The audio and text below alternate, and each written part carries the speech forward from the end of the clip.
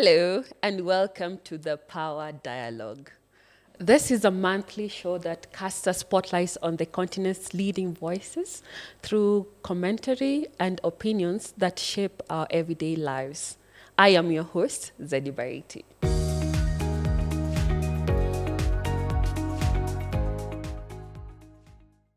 Our guest for today is Moses. Moses has over 25 years of experience in leadership and managerial roles. Karibu sana, Moses. Thank you very much, Zeddy. Please tell us about yourself. Who is Moses? That's the strangest question I can be asked, because what are you supposed to say? Who am I? Um, I tried to rehearse that one, but it didn't work. I know you have some philosophies that take you so far, that have taken you so far. Not You really. can tell us about those. To me, I'm just a guy who's enjoying this ride of we call life, moving from one challenging field and trying to innovate into a next and to the next. So I would say I'm somebody who enjoys to break new ground. Maybe off I was telling you, it's the reason they called me Moses. So I'm always trying to maybe cross the Red Sea or something. I don't know. It's just as a guy who's around here now in the EV space, been in a few different spaces, and open the doors and let others follow. So there's not much to say. I know you've been around the block from cyber cafes to water to mobile toilets to everything. How did you end up in e-mobility space? What brought you to the space you are today? Honestly, this one is a choice. It's not like a lot of things, and actually most of the things I've done has been out of choice, but there's been an interest, and it started somewhere in 2013. I happened to spend some time in Guangzhou in China, and I noticed that all the bicycles were battery powered, lead acid at that time, and so all the deliveries were in Guangzhou. They don't actually allow motorcycles of any type, so but all the deliveries are by bicycles, and I thought that was actually quite interesting. So Is it still the same till today? They don't yeah, allow they motor actually no. vehicles? I don't know now. I mean, last time I was there in 2017, there were no motorcycles in Guangzhou itself. You have to go a bit outside. So all the deliveries are done by bicycles, and then of course they shared rides and all that. But what I noticed between 2013 and 2017 was just the shift in electrification of these vehicles. So for me, at that time in 2017, I bought my first electric bicycles, and I bought like 6 of them for myself and the kids, and it was a fun experience just having an electric bicycle. And so somewhere there, I just felt there's something here. So I kept, how you keep something in the back burner, you're always looking at it, knowing that this is going to be a big thing and this is going to be the next big thing. So when an opportunity came to get involved in the EV sector, I jumped on it. Yeah. Most of the time, we have challenges when we acquire motor vehicles or bikes from abroad. They're usually tailored for their terrain, their market. When you had your first one, the electric bicycle, did you have any challenges then? Because I know the infrastructure there and here are quite different. How did you? Other than the little socket that Yeah. is, no, not really. I think sometimes we overplay that. And I think it comes from the legacy of, for many years, our roads were so bad. So we felt that, a car has to be built for Africa. Yeah. That became a selling point. Yeah. But in reality, there's a lot of rubbish in that. I mean, if you buy, there's a guy in Kenya with a Tesla. Is there? Yes, it's moving. It's driving on these roads. So our roads have improved. There's not much they do. In fact, when people say that it's actually made for Africa, Yeah. that means they've just made it cheaper or made it or removed some important things. Yeah. So if you The find frills. exactly Yeah. so the windows are not powered. Yeah. You're powering them like the Flintstones. Yeah. No, so that's I think it's a fallacy, and there's a look, you're sitting with a nice tablet. Is that tablet made for Africa? So what is it about mobility and vehicles that we suddenly want something that's specifically for Tailored us? for Tailored for us. Are we saying that we cannot improve our infrastructure so that we can use what the rest of the world is using? I think that's something we need to get out of and stop using it as a selling point. It's actually, it demeans us in doing It that. does, really. Yeah. Thank you for that. I'd like you to share with us what's your role at Basigo And what's the big picture with Basigo really? So my role is officially they call me the Chief Revenue Officer. Officially. Yeah, officially that's Yes. the big name, Chief Yes. Revenue Officer. So I'm the money guy in terms of it's a big name for being you're the It sales is. guy. It You're is. the person who's taking this dream to the public. So I'm the basically I head the customer facing. Part of the business. So I am the interface between Basigo and the end customer who currently is the PSV market. And of course, we're looking at other markets in future. The big picture is how can we start transforming mobility in Kenya and then in the region and in Africa by moving people who are in especially public transport and maybe commercial vehicles Yes. to electric vehicles. Yes. And yeah, that's actually the big picture. And that way, then we've got all the other advantages of the climate and the economics and all that. But the big picture is to just transform that mobility. 1,502 kilometers later and 201,000 passengers. How has been the company's experience so far with e-mobility? It's almost like it's like being a parent. You're extremely proud when your child comes, but then every day they make a milestone. They call you, they say their first word, then they make their first steps, and then they go to school, and every day it's just a high and another high. And so the first high was vehicles are in Kenya. They're here. Here are the buses. Then you take them through product validation. Can they actually work? Yeah. Does the manufacturer says they will do this number of kilometers? Do they do that? That's another step. And then you tick that box 100%. Then next, you then say, can we put them into passenger operations? And you start that.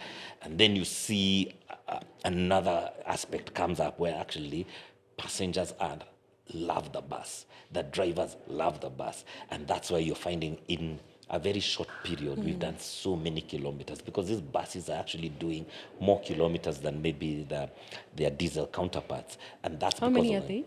There are only 2 buses that have actually been running for the last 11 months. Okay. Those are our 2 pilot buses running with 2 different operators. Yes. City Hopper and East Shuttle. East Shuttle goes to Dandora. Excellent route because we tested it. You know that thing we're saying about Africa? We tested it. 47 bumps between City Stadium and Dandora Stadium. Every day you go through those bumps both ways. So Are the bumps a factor? Are they critical in it the is a performance factor of the because vehicle? remember the vehicles remember our vehicles are, bumps is not,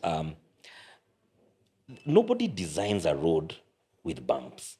Bumps are a speed calming measure. But in Kenya, bumps are reason to have a market, for hawkers to stop, and then they're not standardized. So you find that, are you going to build a vehicle that is 200 mm clearance, or is it going to be 300? Because if you're on the expressway, the bumps are actually very good, international standards. You still slow down, they slow you down. But what about the ones on Bagathi Way? What about the ones on Thika Road? Some of them actually could be named as hills, you Quite could big. you could name them. So they're not. It is an issue because this is our buses are actually buses that are made from the get-go as a bus. A lot of the buses we use here, and I'm not knocking anybody, are lorries. It's a truck. Let's be honest, it's a truck which is meant for carrying goods. You take the chassis and you build a body on top. It was not meant to be a bus. And if you can go to any country, even where the source country where those buses are coming from, and see if they have one of those buses running on their routes. So our bus is actually built from the ground up as a bus. And because it's built as a bus, of course you want that the entry level to be as low as possible. So that means, of course, you have to compromise on some of the clearance. So those are things that we've been testing. And so far, I would say it's been great. Are there challenges? Yes, they are. But what have we done about it? As we then design the next set of buses, then we can actually make some adjustments here and there. So when you say design the next set, are you assembling it locally or does it come ready-made? How do you get them? So we've just got a whole, towards the end of last year, and now they're here. We got another 15 buses, which we'll be deploying within the next 2 to 3 weeks. So you'll start seeing them actually as early as next week. I don't know when this goes out, but so it's next week. So whenever it goes, it'll be next week. Okay. Yeah, but so we start seeing those being deployed with different operators. There's a few adjustments to be able to just make them a bit more comfortable for both the passengers and the people driving them. Even the change of where the door is and a bit of the clearance and such things we've done. So they came semi-built, but mainly fully built, but we did all the interiors locally at AVA. Reason why is we want to start that journey to local assembly. Yes. And our hope is by Q3 of this year, we will definitely be doing local assembly with the assembly partner, our assembly partner is AVA. So that's the 1,000 electric buses you're hoping to go to? Most definitely. There is no way we can actually scale. We cannot get to 1,000 if we're importing. We have to actually bring them here. We have to start creating the skills here. We have to start. There's also tax implications. Yes. There's economic implications. You want to build a workforce that understands these buses. So you cannot do that and scale to the point where we would like to be if you're fully Still importing. Yeah, Makes cannot do sense. that. You're spoken about Eastlands. So if I want to get to hop onto an electric bus, where do I go? Where exactly do I need to be? Are there specific timings? Do I have to reserve? I saw on your website there's an element of reservation, or is it just first come, first served basis? First go to our website. Yes. Click on the bus locator. At any time, you'll see where the bus is. However, remember our buses here run on routes. So the one route is Allsops to the airport and sometimes to CBD. Allsops is Pale GSU on there, and Thika Road and Outer Ring Road. So that's one route where City Hopper runs. And then East runs from Dandora to City Stadium via Buruburu. So the first way is either you're in one of those two routes, or you go to the bus locator. So if you're already let's say, at the airport, you can then click on the bus locator on our website and it'll tell you where the bus is and how far it is. So that's the easiest way. But I think by the time, by today, next week, we shall have a few other routes. So you'll be able to catch your bus on the Wayaki Way route, coming from Kikuyu, coming to CBD. Hopefully the week after, you will be able to get from Kariobangi South, Sivo, all the way to town. And you will also be able to take a bus from Utawala and also on Thika Road. So within the next few weeks, you will not need to be on those two routes. There'll be several places you can take these buses with different transport companies. Let me ask, I'm curious, how are the fare rates like? Because from all sorts to town, how does it compare to the normal matatu that we use? Okay, during the pilot, we asked these guys, we asked our pilot partners, keep the fares the same. Now, as we are moving to the commercial phase, that's really not up to us, because then if they want to keep the fares the same. But so far, I don't see any reason why they would charge a premium on this bus, as much as a premium bus. I think it's an opportunity. Everybody is, the Kenyan public is really pushed to the wall. Putting up fares right now is not the right thing. And so if the operators can reduce their operating costs because they're using electric, and then that way they're still making a bit more money without actually putting up the fares. That is actually the dream, and I think sustainability is key. Exactly. I think that's the way it's going to go. Yeah. So when I'm trying to get onto it, is it the same as a matatu? I wait for it, I hop in, or do I still have to use the locator so that it picks me up? Right now, it is a matatu like any other. However, what have we seen in the pilot? The bus arrives to, let's say, a bus stop. Technically, like a lot of times, you'll find a queue of matatus, and they fill up and they queue depending on the different companies. What happens is, because the bus is popular, it just fills up. In fact, sometimes they let it go to the front of the queue so as not to kind of keep, because there are people who are waiting for that Specifically specific bus. for it. So they just say, you just go in front and then let the whole queue keep moving. Yeah. So that's the way it's going. Is there an opportunity to make that better? Yes. So there's something we are working on with with the different circles that are running, but that's work in progress. And within the next few months, you'll see that there'll be a better way of boarding that, what you're alluding to, Yeah. of boarding of these I vehicles. look forward to it. And he was talking about the bus going ahead of the line and people looking out for it. Are there any distinctive features that come with the bus apart from the It's improvements? electric. It's electric. How do people know? It's quiet. Yeah. It looks different. How it's different? comfortable. It's got Wi-Fi. It's got multimedia in the bus. Yeah. You can charge. Let's be. So from the outside, From the outside, it's very different. Yeah? How? It looks like a bus. It looks like a bus you see in Europe. It looks like a bus you see in the US. It looks like a bus you see in China. So apart from the graffiti, is there something that makes it like very distinct? This is an EV. Yes, what is very distinct, it says Basigo 100% electric. Yeah, I mean, if it's packed amongst other buses. So in Kenya, yes, it does look very different. If it was anywhere else, it would not. I mean, this bus, there's 5,000 of them running in one city in Shenzhen, in China. But in Kenya, it does look significantly different. from the other matatus we see on the road. But I think the difference is not so much in how it looks. I think the difference is in the experience of boarding this bus. We could actually, and which we had planned to do. Yes, we could we will actually still do that. Yes, we could have actually done this podcast in the Yes. bus because it's quiet. Yeah. There's no engine noise. I like to tell the story of how music started in Nairobi.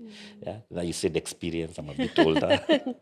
Music did not start because somebody thought that my matatu would do better because I've got music. Music started because diesel engines in the 80s and the 90s were very, very loud. And for us who started with KBS, the buses, they were extremely loud because diesel engines were very loud. So when matatus came in, to drown out that noise, engine noise, they put music. And that's how the whole music culture started in this Nairobi. And then it carried on. Now diesel engines have got quieter, but now music has now become just a fun, and it's become the norm. Yes. But with this one, that story of Kenyans who, whenever you ask them, "Uko wapi?" I'm around the corner, everybody in the bus will tell you you're lying because they can hear you. Yeah. And Moses, one of the barriers to e-mobility is infrastructure. And I saw from the IPRA consultative meeting that just ended, what did they say? From the consultative meeting, someone from Kenya Power spoke about Basigo and other carriers being keen on charging their vehicles in the evening and also shoring up demand during that time because you're using renewable energy and all. So how long does it take if the whole fleet is being charged at night? How long does it take to charge them to completion? And how long does that battery last the bus? Okay, I'll start with the end. A fully charged battery on the bus will give you 250 kilometers. Yeah, so that will take you maybe 8-9 trips. Are you the ones who got to Naivasha the other day? Yes, Naivasha is not very far. We came back with plenty of time. I think we should have reached Gilgil. Would have still been, we still have made it. Yes, definitely. Did you charge while in Naivasha? There's no charger in Naivasha, okay. so it was a make. It was a make or break. If it didn't make it, we would have pushed the bus back. But we came back with over 31% of the battery. Congratulations! So yes, so that tells us that maybe if there's any operator who's doing Nairobi Naivasha, they can start talking to us because we now know that the bus can get there and come back. Or if you put a charger in Naivasha, then you can then go to Nakuru or somewhere else. Yes. Anyway, so a bus has fully charged. The current bus has 250 kilometers.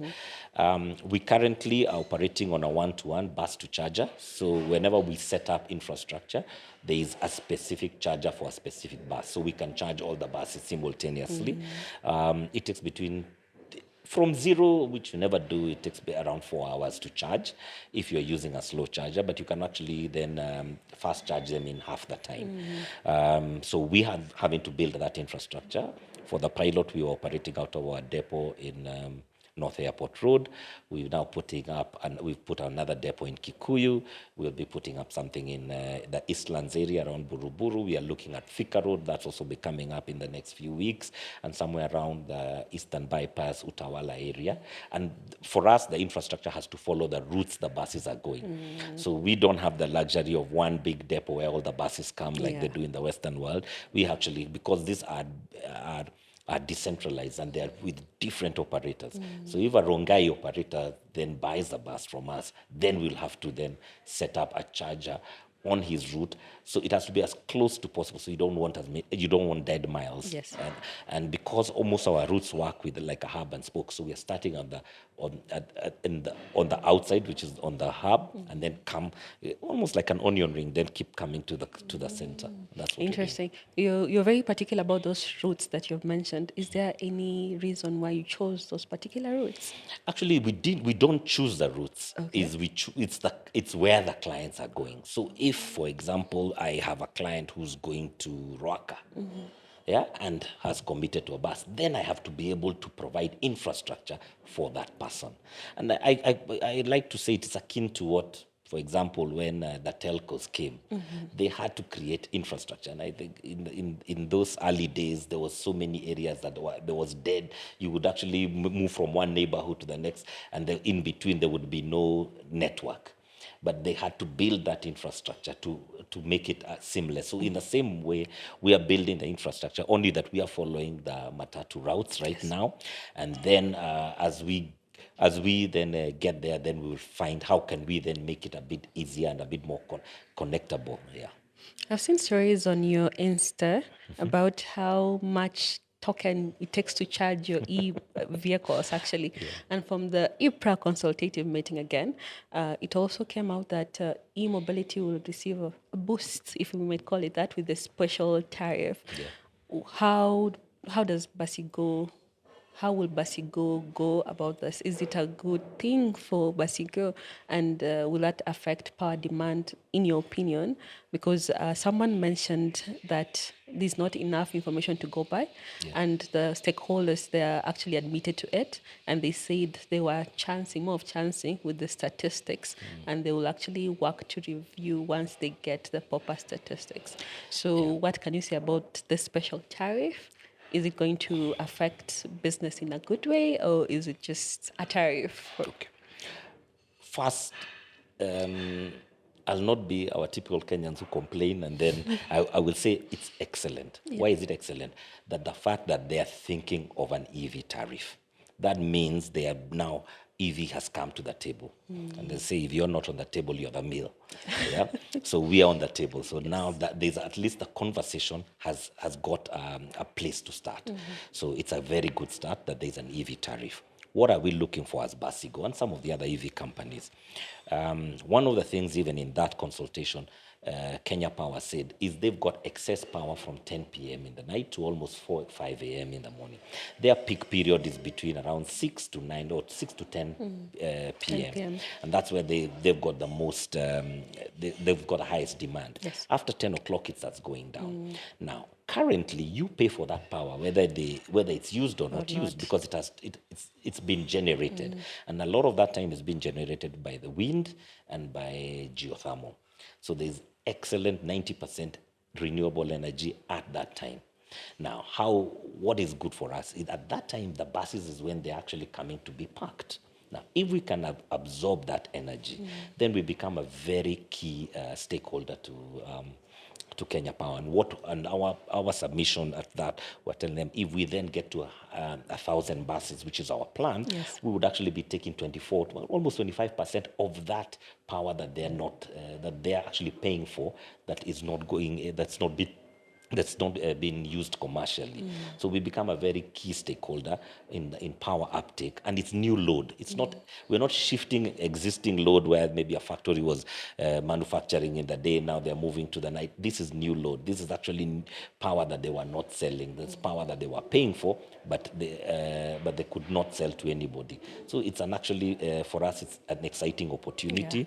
We are doing everything to make sure. That's why we were at the consultative meeting.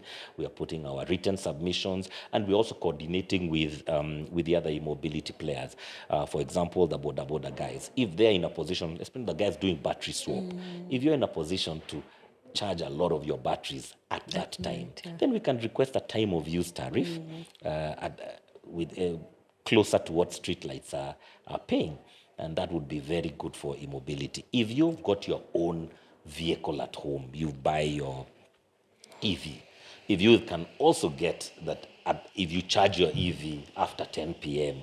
or after 11 p.m. when you're asleep, like we do with our phones and everything, then it's all good for, it's all this is good for the country. Then we can look on the flip side. If we then increase EVs to even 5% and reduce our dependency on fossil fuels by 5%, the amount of money the country will save in foreign exchange and in balance of trade would be great, because the energy we are consuming in EVs is locally produced. And I like to push and say we need to classify energy as part of localization, not just the seats, not just the physical parts of a vehicle. Can the energy, because this energy, you buy an EV, you will be consuming from Kenya Power or maybe solar, locally produced energy for the lifetime of that vehicle. You buy an ICE vehicle or a fossil fuel vehicle, you will be sending money to the Arab world for the rest of your life. So which one is buy Kenya, build Kenya? It's the EV. Yes. Talking about buying EVs, what is the cost like? I've seen there are flexible mechanisms that's on your website of acquiring these vehicles. How much will it set someone back if you want to get into this business and apply those buses on your routes? Okay. Two ways of looking at that question. I'll answer it. EVs are normally 2 times to 3 times more expensive than their fossil fuel counterparts. If you buy an EV today and you buy an ICE vehicle, if you compare them, the EV will be 2 or 3 times more expensive. But what are we doing? What is Basigo's business? We are selling this EV not for that 3 times price. We're selling it for the same price as a diesel vehicle. And then you sign, then we give you a battery lease or a subscription program for a period of 8 years. So that's how you 8 years. 8 years, which is 8 years or 600,000 kilometers, which is equivalent to the battery warranty. So instead of because the total cost of ownership of our EV is low, we then almost like we are balancing out. So if you were to draw a graph, it's cheap to buy an ICE vehicle, but very expensive to run it. Yes. Maintenance. Maintenance. Yeah. It's very expensive to buy an electric vehicle, but very cheap to run it. Yeah. So the maintenance is so what our innovation is coming in between there. So we are splitting. So you pay for the same. You would pay for a diesel vehicle, but then we will then provide the charging infrastructure, the actual energy that goes in the vehicle, the maintenance of the vehicle, and all the technology risk is taken by us. So we carry the warranties, and that will run for the 8 years or 600,000 kilometers. Wow. So if you're an operator, you stop worrying about, do I have an EV mechanic? No, you just worry about carrying passengers and giving them the best service. The best experience. Yeah. Very good stuff. From Kenyans cabs, I got that it only needs to be serviced at most twice a year. Is that the same with the buses? Our scheduled service is every 15,000 kilometers. How many? What's the duration for that? Okay, really months, depends. weeks? Right now we are doing, a bus is doing around 300 kilometers a day. So if you were to do the math, you will service it almost every 6 weeks. But what we do is we service the bus at night when it's charging, so that it's available in the day to carry passengers, as opposed to our diesel counterparts who actually on a diesel vehicle will stop 3 to 4 days every month for service. Yeah. Now that everything is done at night, does it mean that you're not intending to do night travel for Basigo? Is that an option that's on the table? For now, we are concentrating on city buses, mainly because of the capacity. You can actually get a vehicle that goes farther, higher, longer distances. Like Naivasha. But Naivasha is not far. I do night travels. Yeah, but you would then require require a bigger battery. If, let's say, for example, you wanted a bus that can do all the way to Mombasa, but you also then require infrastructure. So we are concentrating on city buses, which have smaller batteries but are doing shorter trips and more rotations. But as we grow and as we get to that 1,000 mark and the infrastructure is growing, then we might be able to actually do that. But again, remember, we are saying we want to be, there's not that much, there's a lot of night travel inter-county. Yeah, people will go to Kisumu, to Mombasa at night. But in the city, there's not much. And that's where we also want to take advantage of that extra power that is there. Because if we start then doing night travel, that means we are charging in the daytime and then using the more expensive power that is available. So you're keen on that time where demand is low. Exactly. Noted. Yeah. So I know right now e-mobility is such a hot, it's very sexy, to put it in the best way. Everyone is getting into it. And you're one of the companies that were first in this space. So how are you ensuring that you keep ahead of the competition as Basigo? We don't consider other e-mobility companies competition. We've got this monster called diesel. There's 20,000 diesel buses in Nairobi. So that is the competition. Those are the guys that are polluting. Those are the guys that are sending all our dollars to other countries. That is the competition. So I'm not worrying about. In fact, I hope other e-mobility companies can come, because then we are moving this big monolith that is in front of us together. So I like to. We are looking forward, not backwards. So I'm not worrying about who's coming behind us. I'm looking at who have we found in the market. Can we then be able to get a bit of that market share? If we even can get 10%, it's a big thing for this city. Are there partnerships you're looking forward to now that you want as many people as possible to be on the table? At Basigo, we are all Yeah. about partnerships. Yes. We have partnerships with the OEM. We have partnerships. I mean, remember when I sell this bus, I am joined to the hip with the operator. So that's a partnership. We have partnerships with AVA. Everything is about partnerships. So unlike if you buy a diesel vehicle, that's it. When you drive it out of the dealership, that's you're on your it, own. yeah. For me, we are gonna meet every day. We are going to be we are actually connected, and it's a real partnership. Yeah. And I'd like to know, I know there are plans that I read about Basigo diversifying its revenue and installing charging infrastructure. What else is in the company's strategy for the future? I think on that infrastructure, what we're saying is, since we're already developing this infrastructure, and where it's public facing, especially we put it out in malls or we put it out in petrol stations, we would like that, and our buses are running in the day. So that infrastructure will be available for anybody else who brings EVs. Let's say it's a personal vehicle, you can charge there. So yeah, so that's one way we are looking at it. So we become the anchor client who are using that infrastructure mainly in the nighttime, but in the daytime it's available. So that's one way. Other ways we are looking at diversifying is we are also looking at. Remember, we always say we are an African company, so we're not a Kenyan company. We started in Kenya and we are registered in Kenya, but we are looking at what other opportunities are available. So there's the regional expansion. There's even local expansion. Are we going to move to Mombasa? Are we going to move to Nakuru? What else? Yeah, so there's that opportunity. And then last but not least is we can also look at diversifying by the type of vehicle. We can move into trucks. That, for example, delivery trucks, which have a specific route or have got a specific number of kilometers. For example, the guys who take milk to all the kiosks, it's a route that they do every day.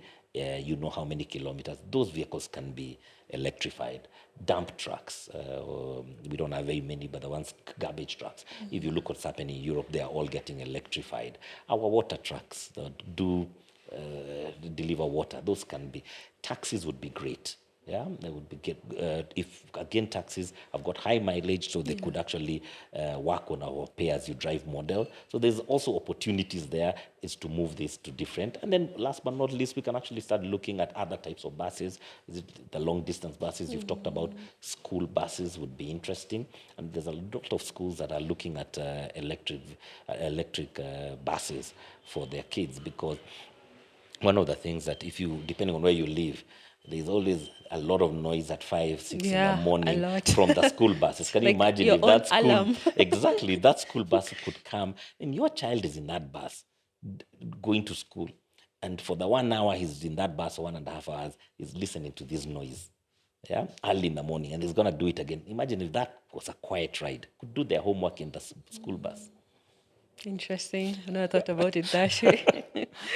I'd like you to share with us your wisdom, your parting shots, and what you're looking forward to. I know the government has very good incentives for e-mobility. What are your hopes for the future? Yeah, I hear again, government is listening, so I'm not going to say that the incentives are great. What I am excited about is, as I said earlier, is e-mobility is now on the table. I think that just the other day we saw the budget statement where they've talked about incentives for PSV operators to actually be able to move from their ICE vehicles to electric vehicles. I think if you look at the current government's manifesto, there's a lot about on e-mobility, especially for the two-wheelers.